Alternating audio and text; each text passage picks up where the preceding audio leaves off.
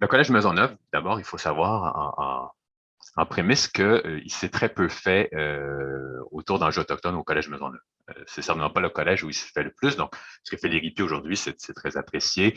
On peut quand même lever notre chapeau. On a au collège un carrefour des langues et d'interculturel qui, avant la pandémie, a fait quelques journées ou semaines euh, sur des enjeux autochtones.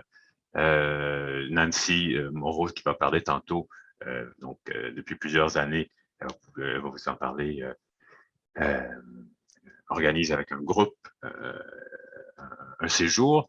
Euh, mais Maisonneuve, c'est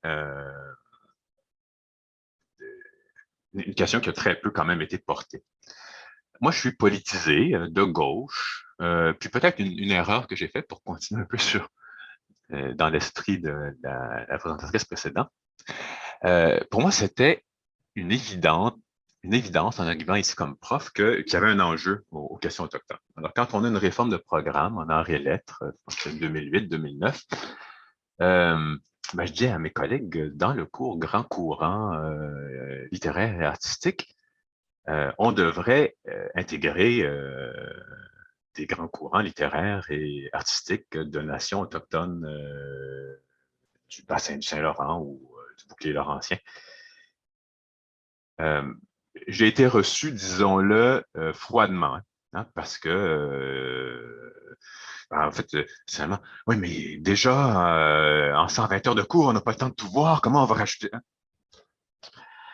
Bien sûr qu'en 120 heures de cours, on n'a pas le temps de voir tous les grands courants littéraires, artistiques, même de l'Occident. Comment, c'est une évidence, oui.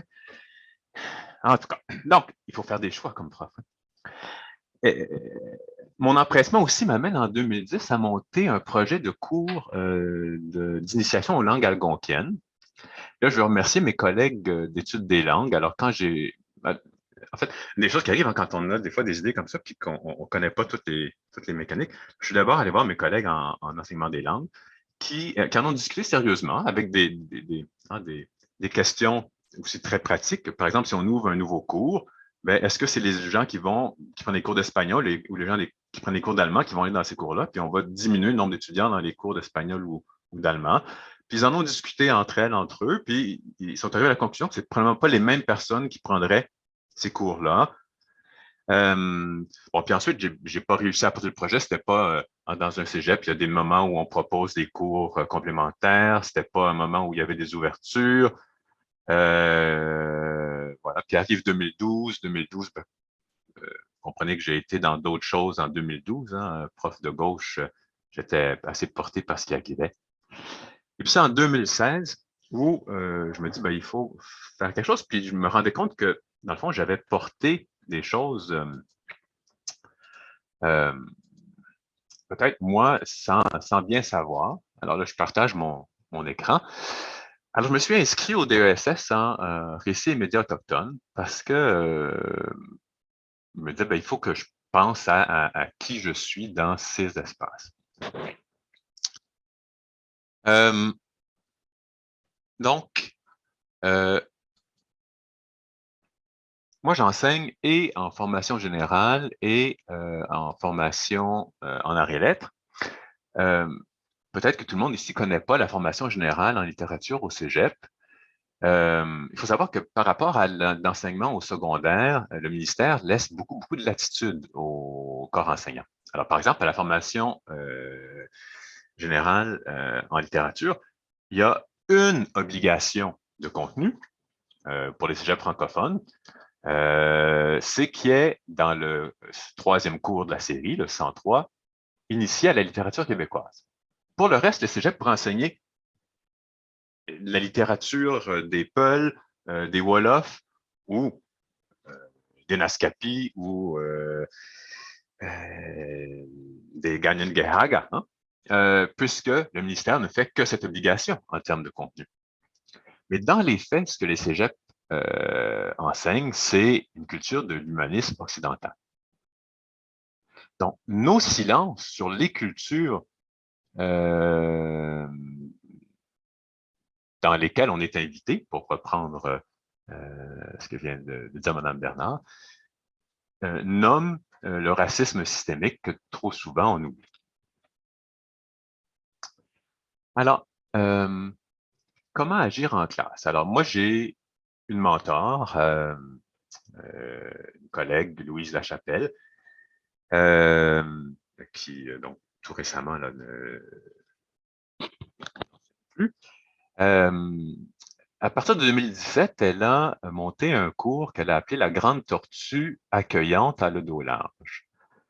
Un cours qu'elle a appelé Littérature autochtone d'ici et d'ailleurs. C'était le 103. Le cours qui dit le ministère devrait enseigner de la littérature québécoise. Louise, outre ce cours qu'elle a donné pendant 4 ans, depuis longtemps, travaille avec des gens des communautés, puis avec une de ses amies, Chanda Puana, euh, a travaillé à définir des pratiques d'éthique en recherche autour de la collaboration qui vont dans le sens de ce que tantôt la présentatrice des CCTT nommait à partir de ce qui se met en place maintenant dans les instances euh, de, liées aux enjeux là, de subvention à la recherche. Euh, donc, ma collègue était là-dedans, elle, dès le début du 21e siècle. Et donc, d'elle, ben, j'ai beaucoup appris. Et puis, donc, voyant qu'elle faisait ça en 2017, moi, j'avais donc commencé une démarche en 2016 en récit et médias autochtones. J'ai moi aussi donc construit un cours à partir de 2018 où j'intègre des enjeux autochtones, puis je vois ma position comme une position d'allié. Alors, les étudiants ne comprennent pas si facilement c'est quoi la position d'allié. Donc, j'utilise des documents, un que peut-être plusieurs d'entre vous connaissent, celui du réseau de la communauté autochtone de Montréal, la trousse d'outils pour les alliés. Donc, je la distribue pour les aider à comprendre. Puis, j'ai un autre document aussi en anglais d'une artiste, Amanda Lickers, Indigenous Solidarity Best Practices, pour essayer de comprendre qu'est-ce que c'est que la position de privilège et donc quelle est ma position par rapport à ces enjeux. Alors, j'ai surtout, moi, de ces dernières années, soit enseigné en arts et lettres ou enseigné aux premières années. À Maisonneuve, on a choisi un cheminement qui est différent de celui de la plupart des cégeps. Dans la plupart des cégeps, on enseigne vraiment beaucoup, beaucoup de littérature française. Souvent, c'est 2 cours de littérature de France. À Maisonneuve, on fait de la littérature québécoise d'abord, ensuite de la littérature française. Puis dans le cours dédié à la littérature québécoise d'après le ministère, on fait de la littérature québécoise et de la littérature étrangère en traduction. Donc, alors, en littérature québécoise, j'ai enseigné le livre de Capèche, puisque nous, on enseigne dans le premier la littérature d'avant 2000. Une collègue qui était en ligne tantôt aussi a mis d'autres livres d'avant 2000 au programme. Puis avec cette collègue, on est en train d'essayer de voir comment et la formation générale et arts et lettres pourraient faire plus. J'ai abordé les enjeux autochtones en littérature française. Hein. Il y a des textes de Montaigne, dont celui-là, des cannibales, qui permettent de le faire. Et que j'ai abordé donc avec des gens de première année, Capèche ou Montaigne, ben, je vois des enjeux, puis là vous avez la liste, là, décolonisation, l'histoire du racisme, nature versus culture, hein, la coupure n'est pas la même selon les, les groupes humains.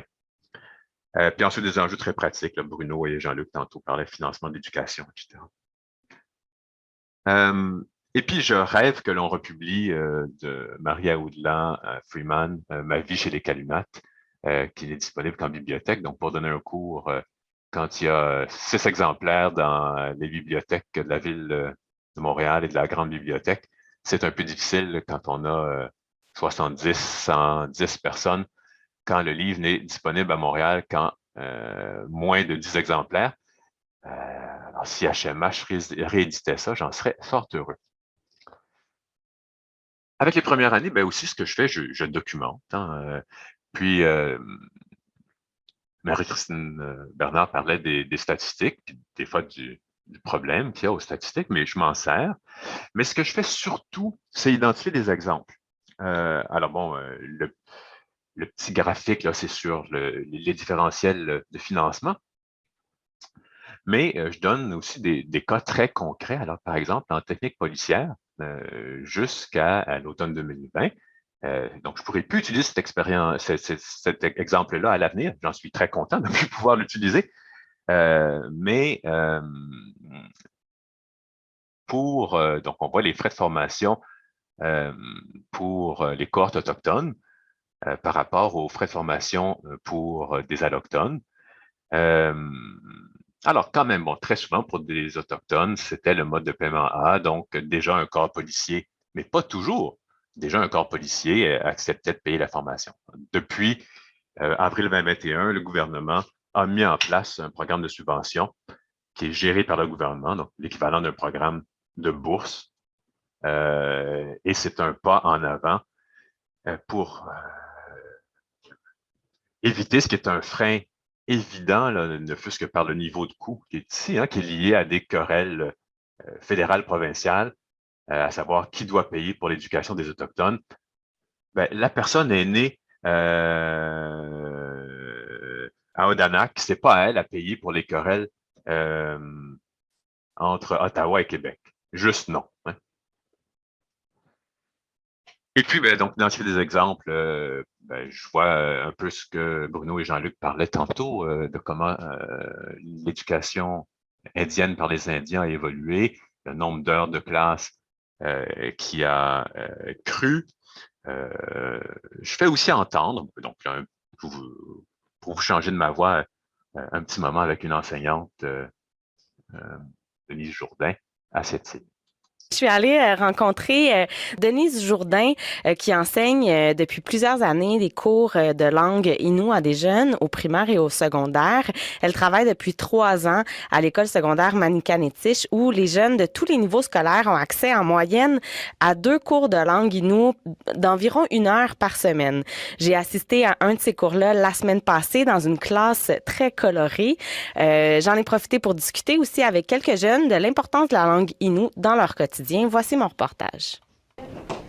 M-I, diminutif, ma, pluriel, chipissa. Denise Jourdain, enseignante en langue inou à l'école secondaire Manrenetish depuis maintenant 3 ans. Puis j'ai enseigné plus de 10 ans à l'école primaire de Johnny Pilot. Je pense que je suis à ma 15e année dans l'enseignement de la langue inou pour nos écoles La Bande.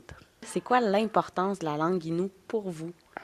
Ça a un lien avec tout, hein? Mon environnement, ma famille, mon histoire, mes origines aussi, puis le territoire, tout ça, là, ça englobe, tout ça, ça fait partie de mon identité, ça fait partie de, comment je pourrais dire ça, là, me définir comme étant inou. Donc, rendre ça concret, hein, c'est un geste qui, pour moi, est extrêmement important. Puis ça parle encore de la place des corps, hein, donc ici par des voix. Je suis allée rencontrer. Voilà. Et puis, ben, j'ai eu l'occasion une fois seulement de donner le cours 103 ces dernières années, hein, par le hasard des attributions de cours. Donc, même quand on demande un cours, on est quelques 50, 55 collègues, on ne sait pas quel cours on va donner. Je l'ai donné une fois, puis là, j'ai eu une approche très différente. C'est des gens plus avancés dans leur cursus. Donc, il y a quand même beaucoup de production culturelle, de chansons, de production de chansons. Production de chansons, ça fait longtemps. Il y a dans les radios autochtones, il y a toute une culture très, très longue, mais qui perce vers les mondes francophones. C'est plus récent. Donc, je les laisse choisir. Moi, ce que je fais, c'est de travailler avec eux pour documenter autour d'enjeux. Alors, bon, ils arrivent avec différentes œuvres, différents livres, alors différentes chansons. Ben, on peut aller vers la Déclaration des Nations Unies, dont on a parlé plus tôt ce matin. Des auteurs comme Taeke Alfred, auteurs importants, même si peut-être il y en a qui savent, là, il y a un certain peut-être de problèmes de pratiques là, qui font que la personne a peut-être posé problème, mais ses livres sont utiles. Sylvie Vincent, qui a beaucoup travaillé avec les Inuits.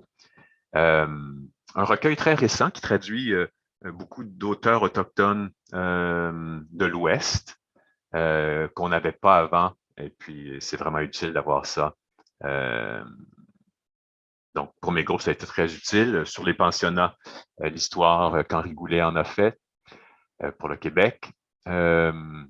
Sur les Autochtones en ville, puisqu'on l'a relevé souvent aujourd'hui, la plupart des Autochtones vivent en ville, puis les gens dans mes classes ne savent pas ça. Donc, il faut les aider à trouver de la documentation. Alors, où aller? Moi, je pense qu'il faut négocier avec nos anxiétés. Nos anxiétés liées au fait qu'il y a quelque chose que l'on va perdre. Ben oui, on va perdre quelque chose.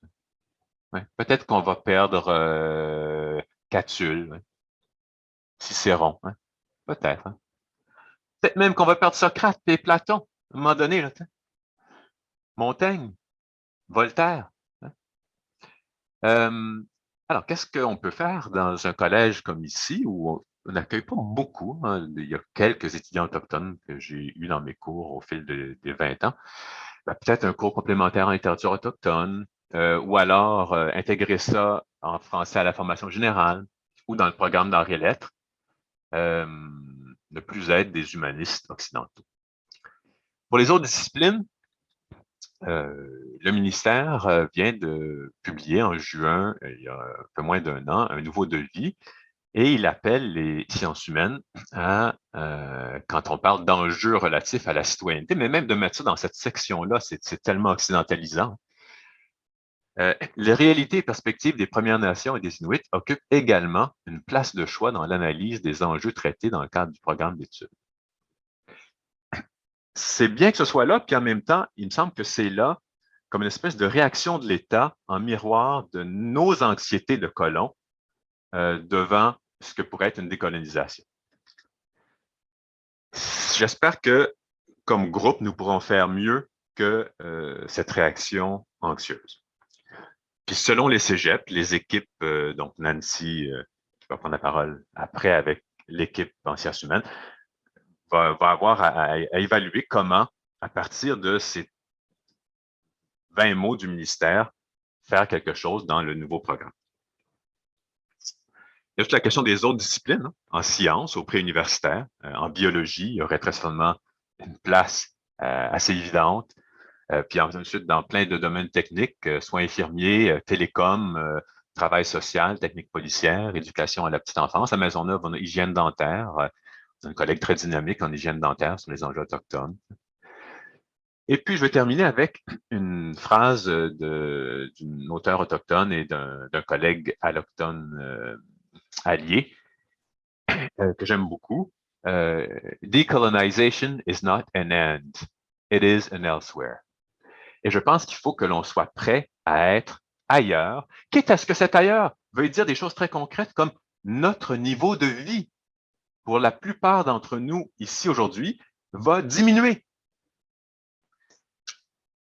En allié, même si des choses comme le niveau de vie diminuait, j'espère que ce sera un ailleurs serein.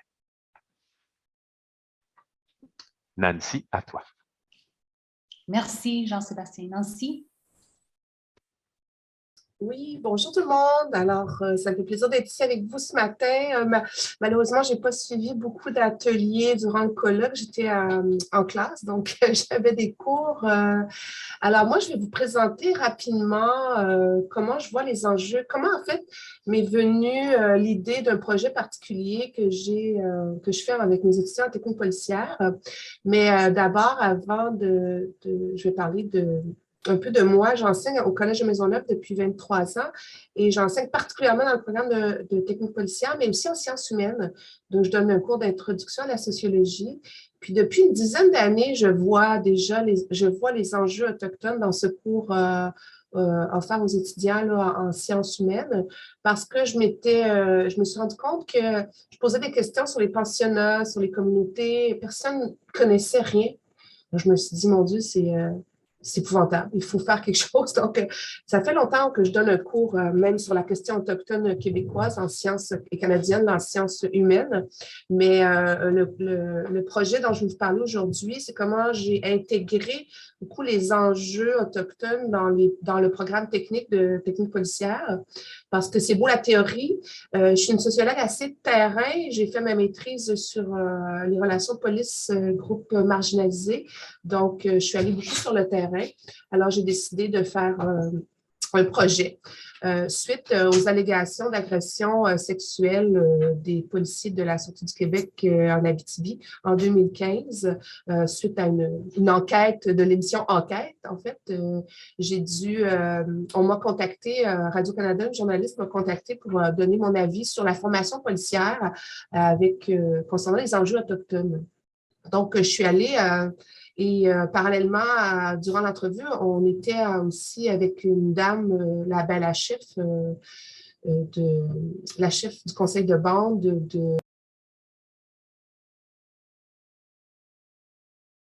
On a perdu ton audio, Nancy. Ah, OK, pardon. Ça fait longtemps ou ça va? OK.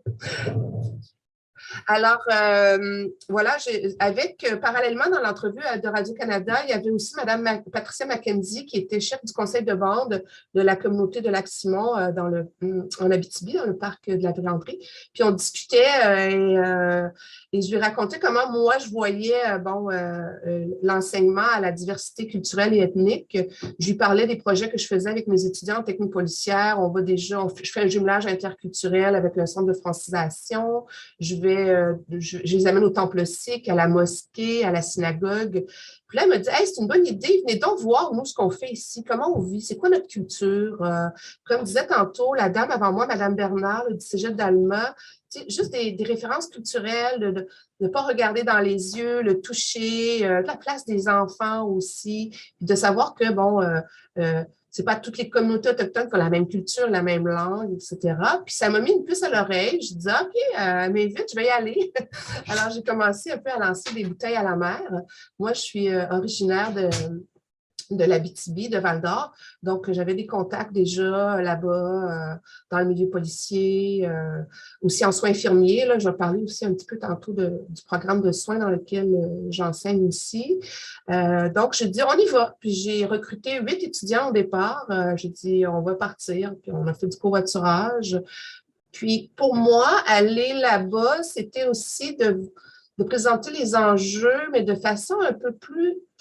Tu sais, j'ai fait l'historique, on a vu les pensionnats, on a vu la loi sur les Indiens et tout ça, mais c'est d'aller terrain pour tout ce qui est, moi, l'apprentissage au niveau de l'informel, tout ce qui est informel, de faire des échanges informels avec la communauté, avec mes étudiants.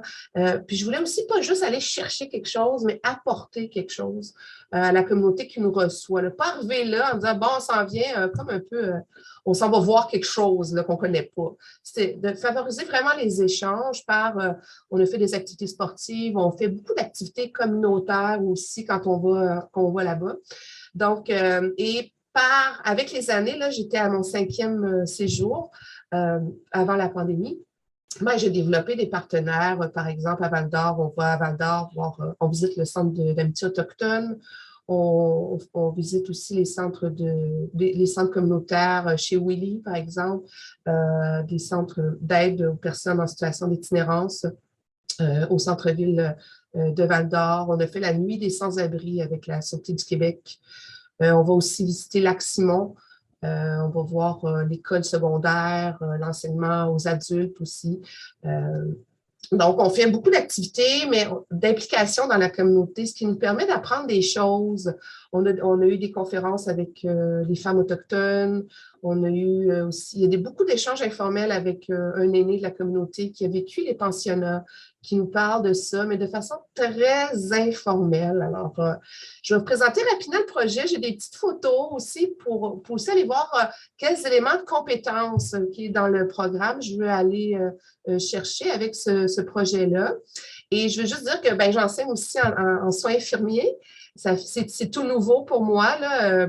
Mais j'avais enseigné il y a 20 ans au début de ma carrière, donc j'ai recommencé à enseigner en soins infirmiers.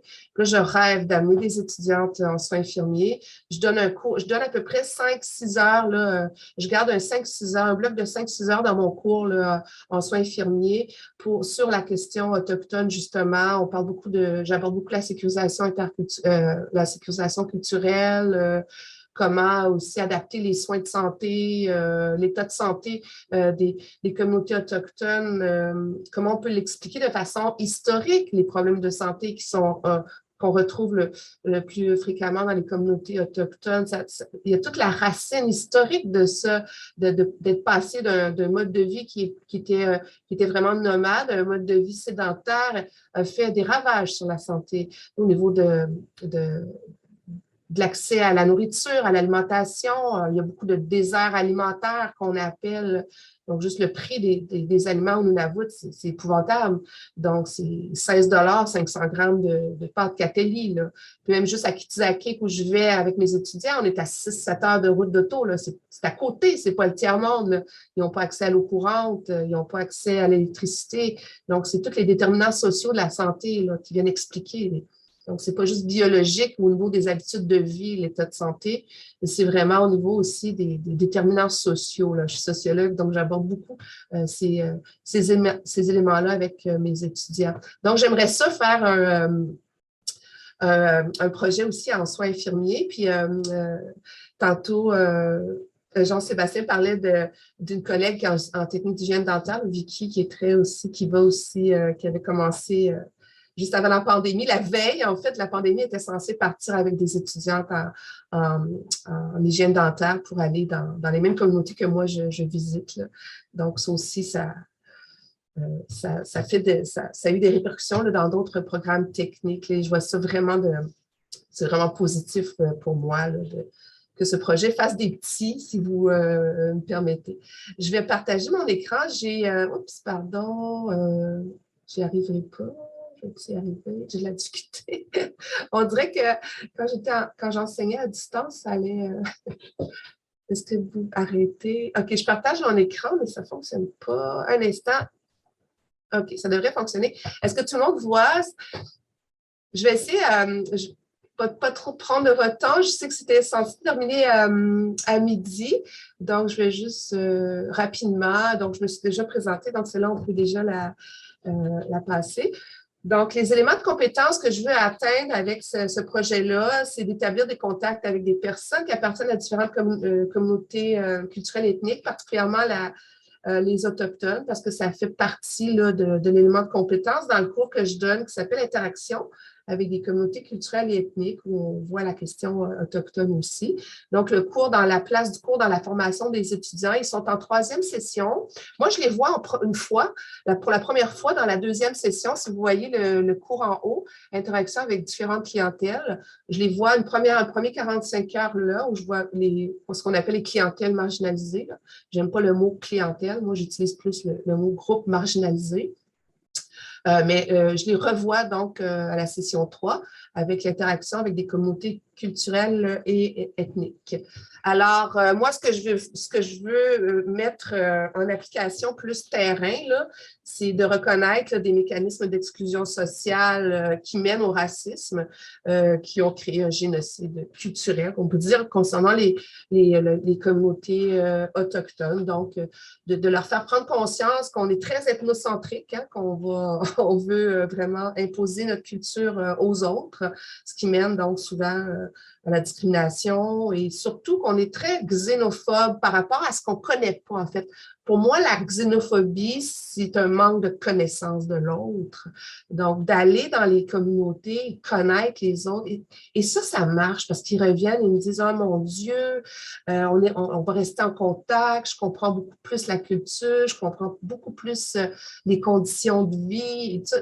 tu sais, quand on a peur de l'autre, on ne va pas vers l'autre, bien, on a peur, en fait. Quand on a peur de ce qu'on ne connaît pas.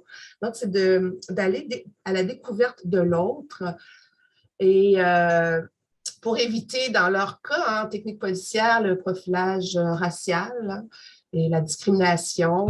Et j'aimerais faire en soins infirmiers aussi là, que ça n'arrive plus jamais, qu'on ne se dise plus jamais ce qui est arrivé à Joyce Echaquan à l'hôpital de Joliette. Alors, j'aimerais faire un projet avec ces étudiants-là aussi. Donc, pour vous présenter un petit peu le projet, donc c'est un séjour de 5 jours et 4 nuits. Nous, on est basé, là, notre point de chute, c'est la communauté Anishinaabe de Kitsakik. On est à peu près à 90 km de Val-d'Or, juste avant la sortie du parc de la Vérandrie. On sera en covoiturage ou la dernière fois, on l'a fait en minibus. On est hébergé par la communauté à l'école primaire et dans des tentes prospecteurs. Donc, c'est une communauté qui n'a pas accès à l'eau ni à l'électricité. C'est une communauté d'environ 274 personnes où les maisons d'une seule pièce, mal isolées, pas d'eau courante, pas d'électricité, pas de toilettes, alimentées par des génératrices chauffées au bois. On fait beaucoup d'activités sportives avec les membres de la communauté. Donc, d'ailleurs, c'est un... je laisse aller mes étudiants. Donc, OK, vous organisez des activités, vous allez chercher les jeunes de la communauté. Là, ici, on avait fait une partie de ballon-ballet. Avec les réseaux sociaux, ça s'était propagé très vite, la nouvelle qu'il y avait une activité. Donc, ça avait été une activité brise-glace extraordinaire. On a eu des discussions, on a eu des échanges informels. Ça faisait même pas 4 heures qu'on était dans la communauté. Donc, ça fonctionne super bien. On fait aussi une corvée communautaire à chaque année. On fait un fendage, livraison, on corde 42 cordes de bois aux familles qui en ont besoin. On y va en octobre, donc souvent il y a de la neige. Souvent, il fait très beau. On est en Abitibi, donc on ne le sait jamais. Alors, c'est des gens qui n'ont même pas une cordée de bois pour commencer l'hiver. Donc, on a une liste. Le conseil de vente nous fournit une liste de familles à qui on va livrer là, le bois. Puis ça aussi, ça donne lieu à des échanges extraordinaires quand on arrive. Les familles ne sont pas au courant, puis on débarque avec ce beau cadeau. On est là, on nous offre à manger, on nous offre à boire, il y a des belles discussions. On est vraiment dans l'informel. Moi, je trouve que c'est une stratégie gagnante. Puis, on va aussi à la découverte de la culture Anishinaabe. On fait des ateliers de capteurs de rêves, on pêche, on a appris à installer des collets. On fait c'est un rituel, la tente de sudation. Et beaucoup de repas communautaires. On mange toujours des viandes de bois. Et on apprend à installer une tente prospecteur dans laquelle on va dormir 2 nuits. De A à Z, de le sapinage. Et ça aussi, ça donne lieu à des échanges informels avec les membres de la communauté. Alors, j'ai quelques petites photos ici pour illustrer le projet. On a un cours de langue et l'aîné de la communauté à Kitsakik, Normand, qui nous parle de sa vie dans les pensionnats. Et conférences sur la réalité des femmes autochtones, surtout avec des élèves en technique policière, surtout au niveau des relations avec les services de police, qui ne sont pas faciles. Alors, et on visite aussi la communauté de Lac-Simon pour mieux connaître les réalités d'intervention auprès des jeunes autochtones. On va on a une conférence avec les policiers de Lac-Simon.